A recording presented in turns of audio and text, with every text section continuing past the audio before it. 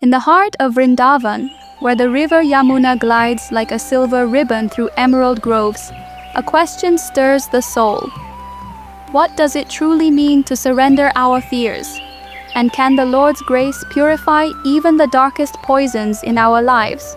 Stay with me, dear listener, for today we enter the ancient tale of Krishna and the Serpent Kaliya, a story not just of divine might, but of mercy, transformation, and the victory of love over fear. Let us immerse ourselves in this sacred Leela, as told in the Bhagavata Purana. And if your heart finds solace here, do share this wisdom with a friend, so that the river of devotion may flow further. Once, in that timeless land of Vrindavan, there flowed the holy Yamuna. Its waters sparkled like the laughter of the divine, nourishing every blade of grass, every wandering cow, every child at play. But one day, an ominous shadow crept beneath her gentle waves, a shadow named Kaliya, the Serpent King. Driven by fear of Garuda, the mighty eagle, Kaliya slithered into the Yamuna, seeking refuge. Yet his presence brought not peace, but a creeping dread. With every coil, Kaliya released venom, turning the river black, poisoning the breeze, stealing life from earth and air alike. Birds fell silent, fish floated lifeless, even the great trees along the banks drooped, their leaves withering in silent mourning. The people of Vrindavan watched helplessly as the river they loved grew toxic and wild, its waters forbidden. But in Vrindavan, where there is sorrow, there is always hope, for the blue-skinned boy who herded cows among the groves was none other than Krishna, the Lord of love, the refuge of all beings.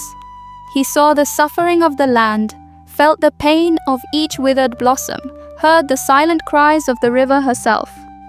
The Yamuna is not just water, she is the very breath of Vrindavan, Krishna whispered to his friends. The elders warned, no one must go near the poisoned river.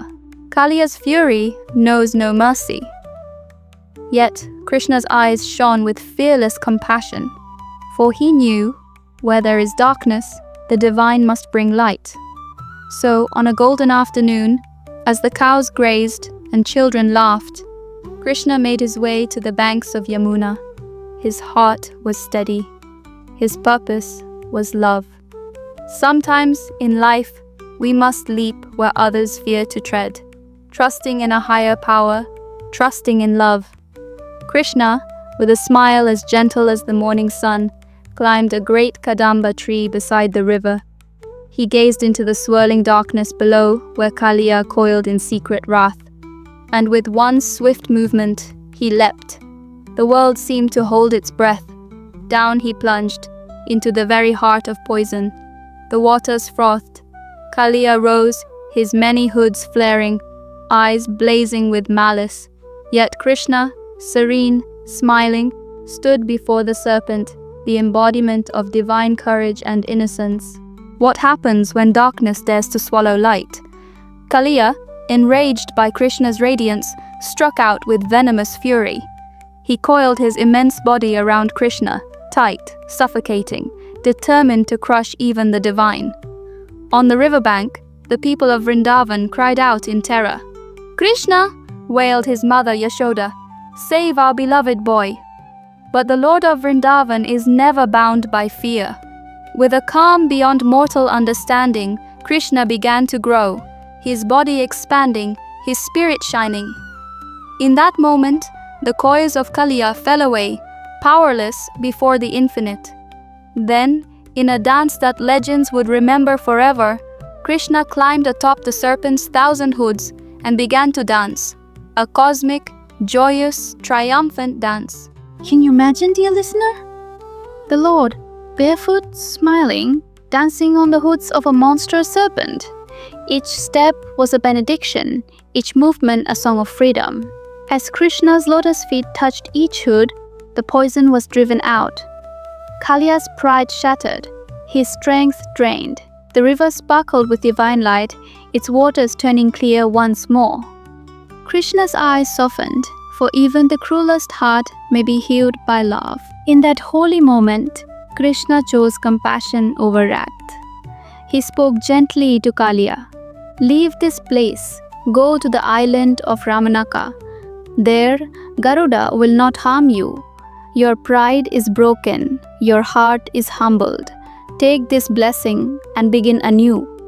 Kaliya bowed, his hoods pressed in reverence to Krishna's feet, feet that even Lakshmi, the goddess of fortune, longs to touch. With his wives and children, Kaliya left the Yamuna. The river sang with gratitude, its waters now pure and sweet, reflecting the blue of Krishna's form and the golden light of his love. The people of Vrindavan rejoiced, their fears dissolved, their hearts filled with awe and devotion. What does this Leela teach us, beloved? In every life, there are poisons, doubts, fears, anger that cloud our hearts and choke our joy.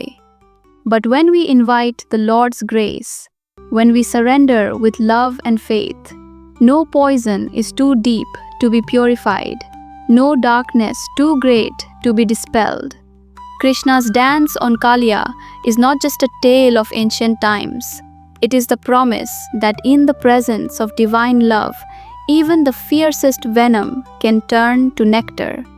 Let us remember, true strength is not to destroy, but to transform.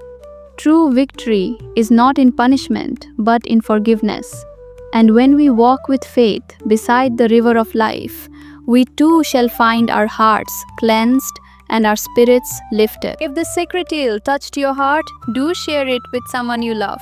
Subscribe and join us as we journey deeper into the wisdom of our epics and Puranas. May Lord Krishna's grace dance within you, dispelling every shadow and filling your life with peace, courage, and joy. Jai Shri Krishna.